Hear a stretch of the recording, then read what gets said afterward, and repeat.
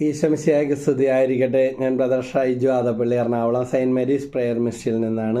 കൊളോസോസുകാർക്കെഴുതിയ ലേഖനം 3-ാം അധ്യായത്തിൽ 15-ാമത്തെ വാക്യം ഒരു ഉഗ്രൻ വചനമുണ്ട്. ഒരു കീ വേർഡാണ്. ഏത് തടസ്സവും ഏത് ബന്ധനവും ഏത് അസാധ്യകാര്യവും മാറും. വെറുപ്പൊക്കെ മാറ്റി ക്ഷമിച്ച് വിശ്വാസത്തോടെ ഈ വചനം വെച്ച് പ്രാർത്ഥിച്ചാൽ യേശുവിൻ്റെ തിരുരക്തത്തിൻ്റെ അഭിഷേകത്താൽ, യേശുവിൻ്റെ തിരുരക്തം ഒറ്റമൂലിയാണ്, അത്ഭുത ശക്തിയാണ്, അടയാളങ്ങൾ പ്രവർത്തിക്കും, അത് ഇന്നും ജീവിക്കുന്നു.